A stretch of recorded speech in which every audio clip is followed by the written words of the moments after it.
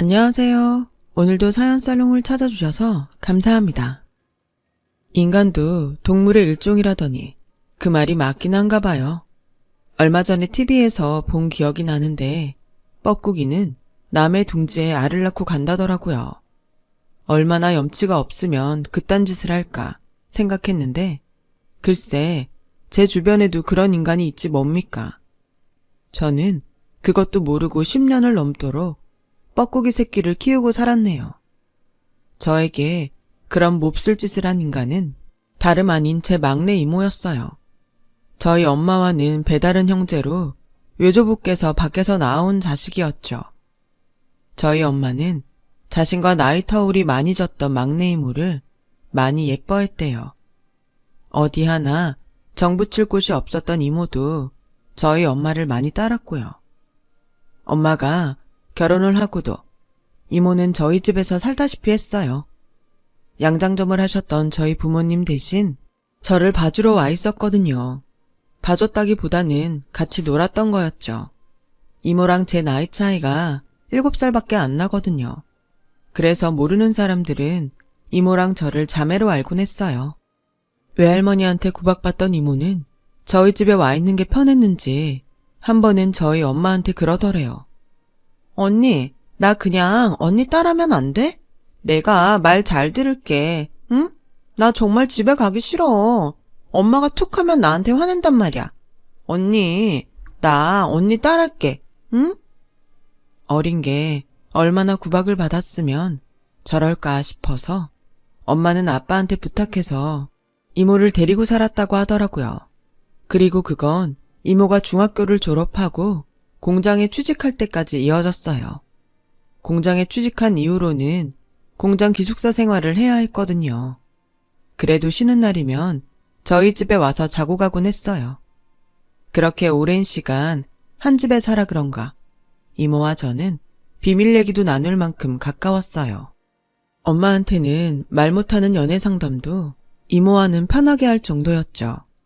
이모 역시 사귀는 사람과 데이트를 할 때 저를 데리고 나가기도 했고요.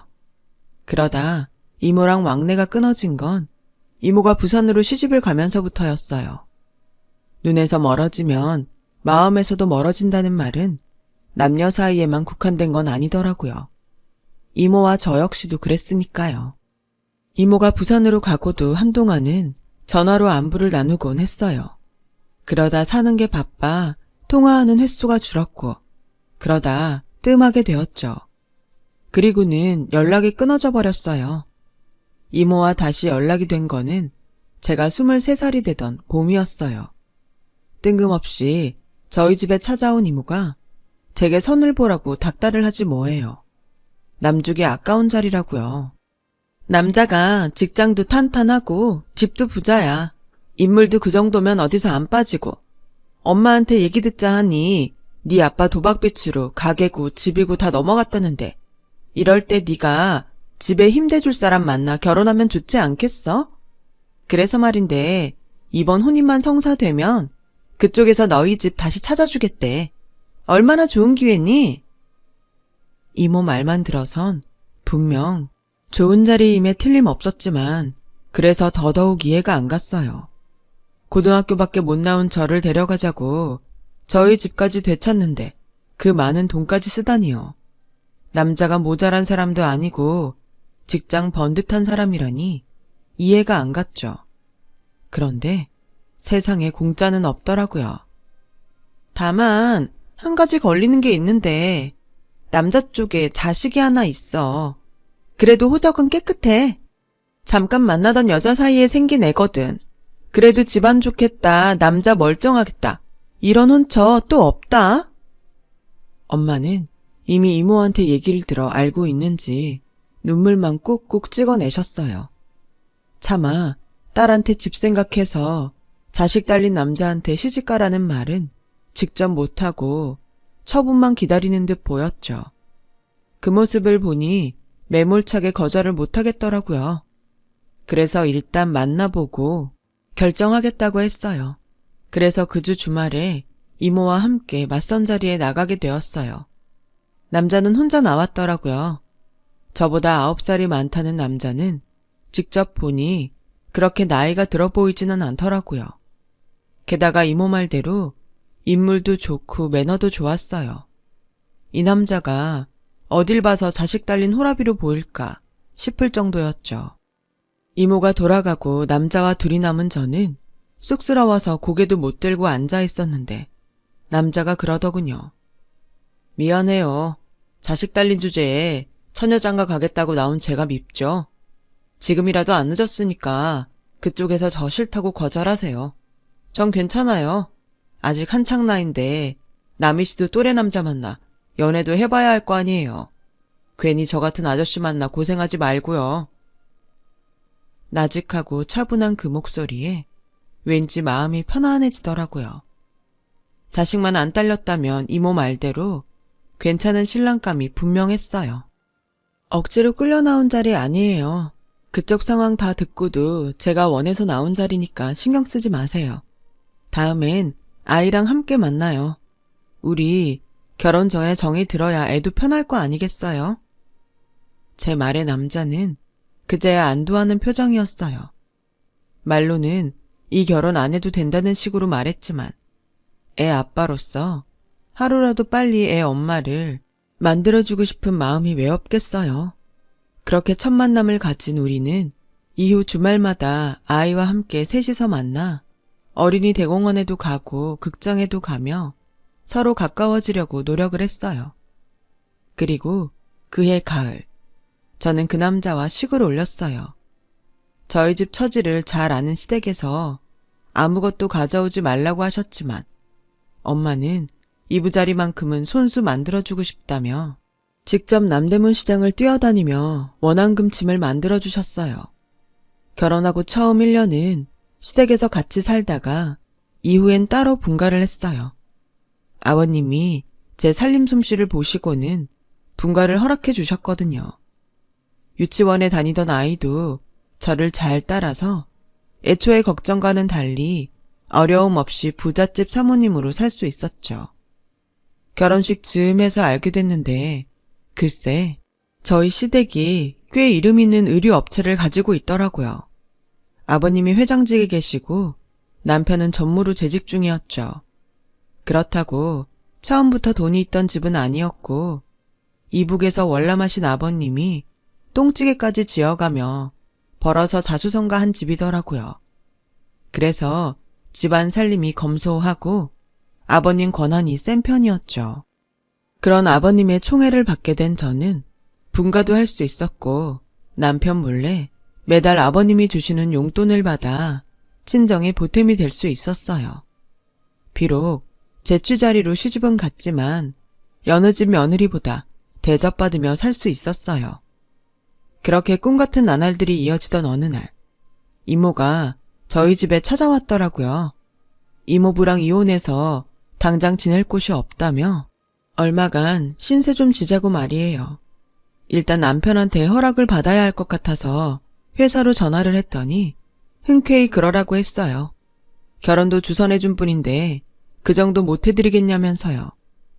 그게 불행의 시작이 될 줄은 그땐 정말 몰랐어요. 이모와 함께 지내게 되면서부터 이모가 집안일을 도와주시는 덕분에 전보다 친정 나들이도 편하게 할 수 있었어요.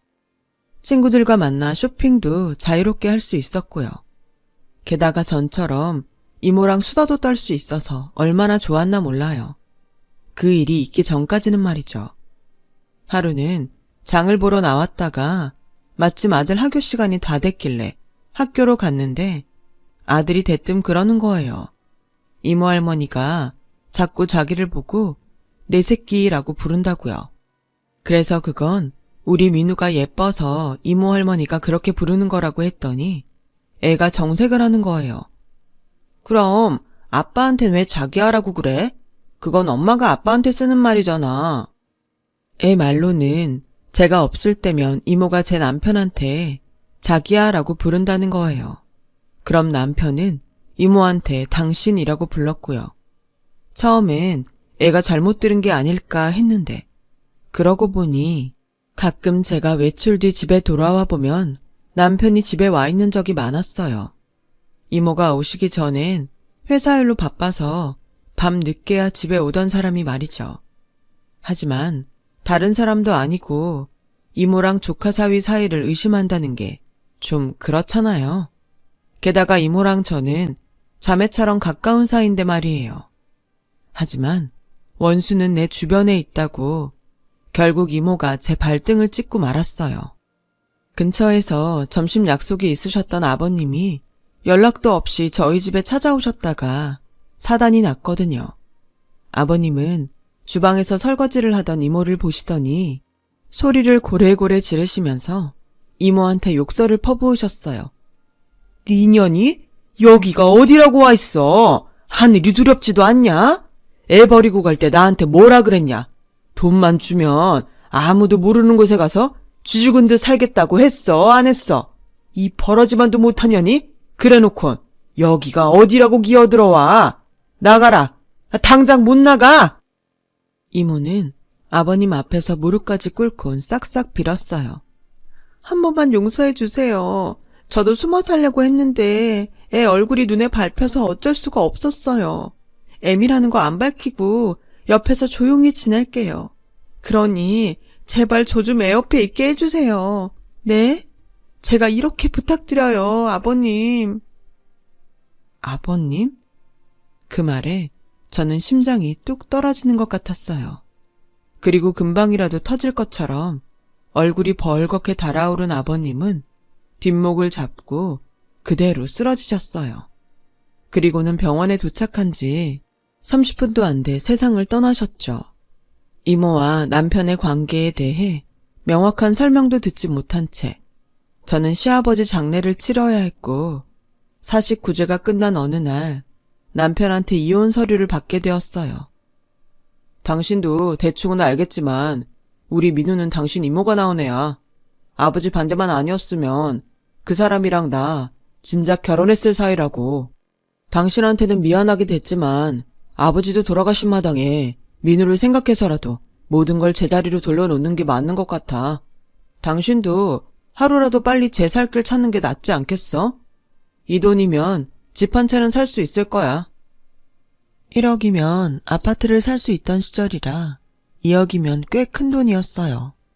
하지만 그렇다고 해도 사업체를 가지고 있던 남편의 재산에 비해선 턱없이 적은 액수였죠. 지금 같으면 변호사를 사서 어떻게든 위자료를 더 받아냈겠지만 그 당시엔 이런 놈과 말을 섞는 것도 치가 떨릴 정도여서 더는 요구하지 않았어요.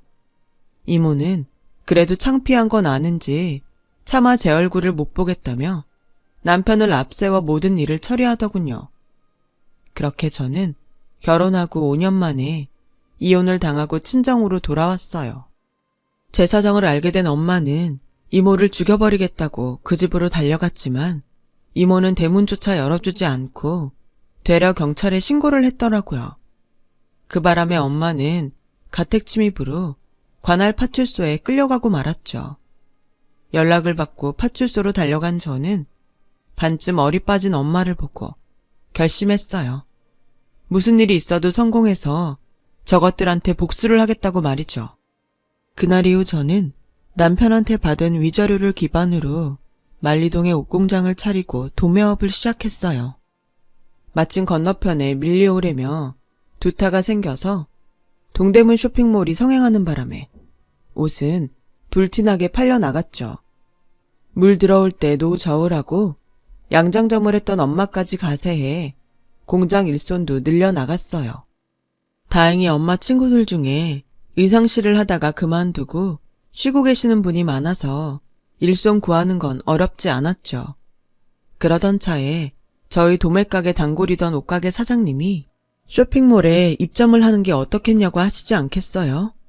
그래서 내친 김에 길 건너 쇼핑몰에 입점해 본격적으로 소매 장사도 시작하게 되었죠.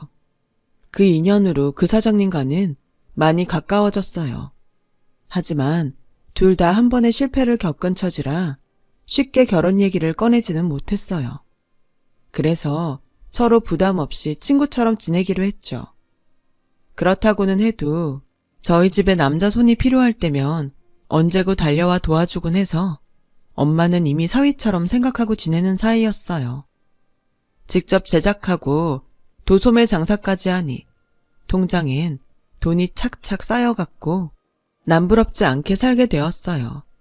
연세가 드신 친정엄마는 공장일에서 손을 떼시고 엄마 친구분들도 다들 퇴직을 하게 되셨죠. 그러는 사이 동대문 쇼핑몰 인기도 시들해지고 시장에 변화가 찾아오기 시작했어요. 그러던 어느 날이었죠. 사장님이 제게 온라인 쇼핑몰을 해보자고 하더라고요. 우리 딸애가 디자인 전공을 했는데 홈페이지는 자기가 관리해 줄 테니 한번 해보라고 그러네요. 우리 한번 해봅시다. 앞으로는 이쪽이 훨씬 전망 있어 보이는데. 어차피 쇼핑몰 매상도 줄고 있던 터라 사업을 전환을 하긴 해야 해서 사장님 말대로 온라인 쇼핑몰을 해보기로 했어요. 판매 직원은 안 써도 됐지만 DP를 해서 사진을 찍고 올리고 포장해 배송을 하는 일에는 직원이 필요하더라고요. 다행히 사장님 딸이 야물딱져서 적당한 사람들을 구해줘서 나름 구색을 갖추고 온라인 사업을 시작하게 되었죠.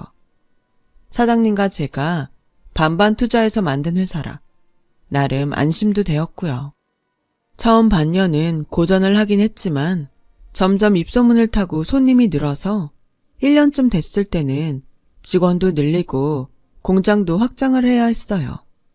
마침 대학을 졸업한 사장님 딸이 취업 대신 온라인 쇼핑몰 일을 돕겠다고 해서 전보다 수월하게 일을 진행할 수 있었죠. 하루 종일 같이 붙어서 일을 하다 보니 사장님 딸과도 정이 많이 들었어요. 그러던 어느 날이었죠. 사장님 딸이 저한테 할 말이 있다며 밖에서 만나자고 하더라고요. 같이 지낸 세월도 있는데 두 분 재혼 안 하세요? 저 때문에 지금껏 미뤄온 거라면 안 그러셔도 돼요. 제가 언제까지 아빠 옆에서 살 것도 아니고 인생은 각자 행복 찾아 사는 거잖아요. 그리고 무엇보다 사장님이 저희 엄마가 돼주셨으면 좋겠어요. 제가 딸 노릇 잘할게요. 중이 제 머리 못 깎는다고 보다 못한 사장님 딸이 나서서 재혼 얘기를 꺼내주었지 뭐예요. 마음이 없었던 것도 아니고 나이가 젊은 것도 아니라서 딸아이 말에 우리는 못 이기는 척 결혼을 했어요. 남 부끄러워서 식은 안 올리고 그냥 혼인신고만 하고 제주도로 여행을 다녀오는 걸로 결혼식을 가름했죠. 제 결혼 소식에 가장 기뻐했던 건 친정 엄마였어요. 당신 동생 때문에 딸 자식 인생을 망친 게 내내 가슴에 맺혀있던 차에 뒤늦게 좋은 사람 만나 사랑받고 살게 됐으니 이젠 죽어도 여한이 없다고 하시더군요.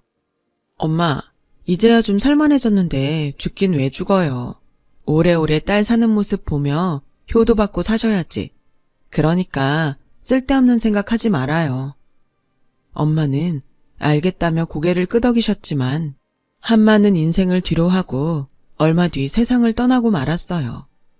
이제야 제대로 된 사위 얻어 호강할 일만 남았다고 좋아하던 엄마 얼굴이 자꾸 어른거려 장례식 내내 얼마나 울었는지 몰라요. 그런데 엄마 장례식에 생각지도 않았던 인간이 찾아왔지 뭐예요? 바로 제 인생을 송두리째 망가뜨린 이모란 인간이었죠.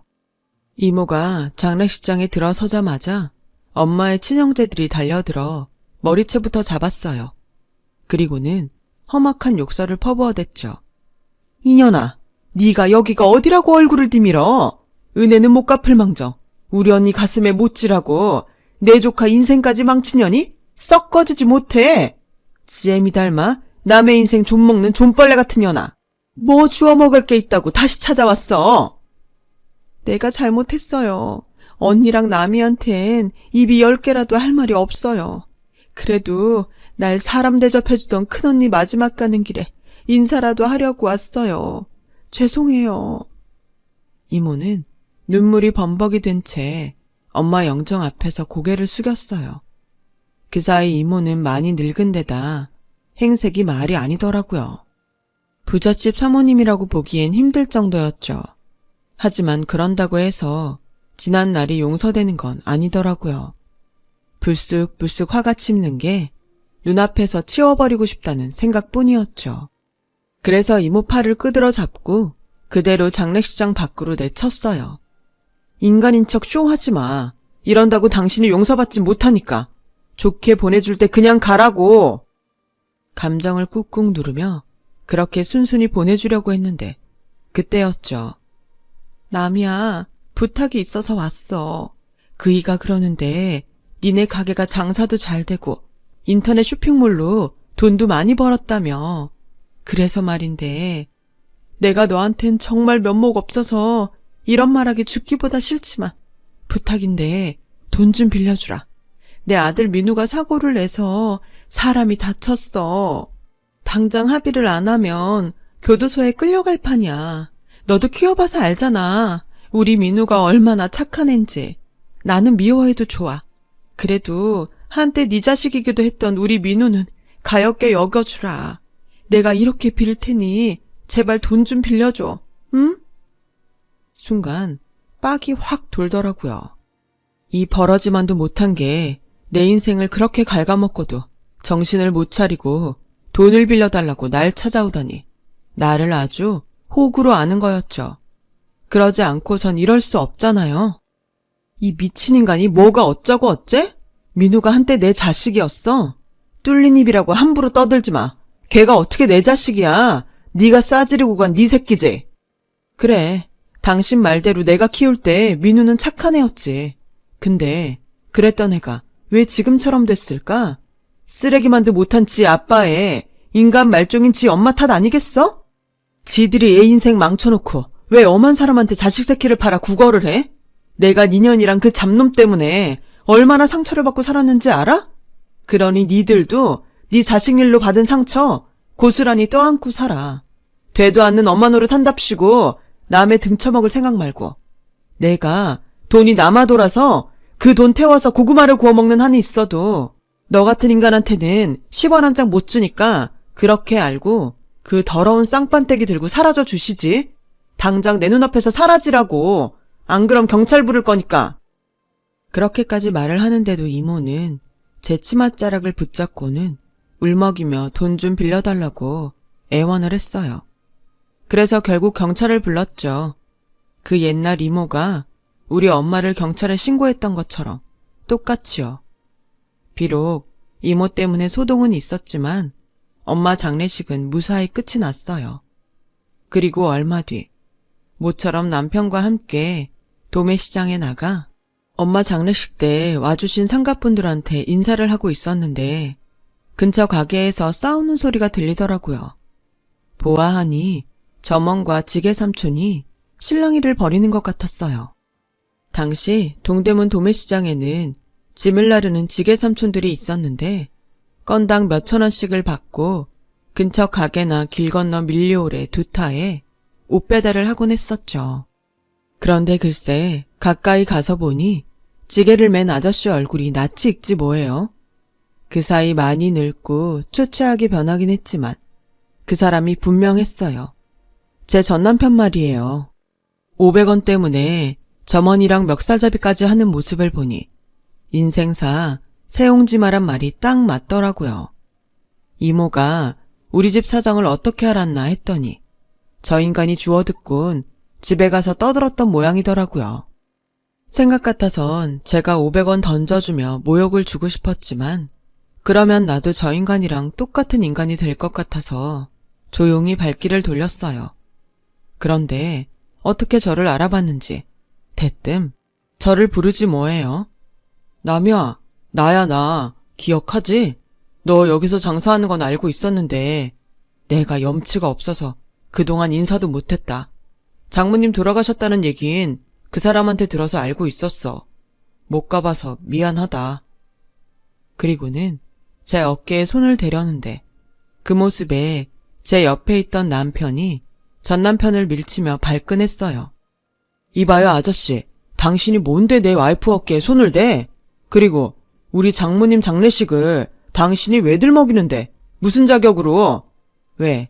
이 사람이 돈 좀 벌었다니까 이제 와서 놓친 게 아쉬워 그래? 그래서 당신 마누라 보내 내 장모님 장례식에 깽판 친 거냐고. 내가 장례식에서 이모님들한테 그간 일 듣고 나서 피가 거꾸로 솟아서 잠을 못 잔 사람이야. 진작에 내가 알았다면 당신 여편네도 그렇게 순순히 보내주진 않았을 거라고.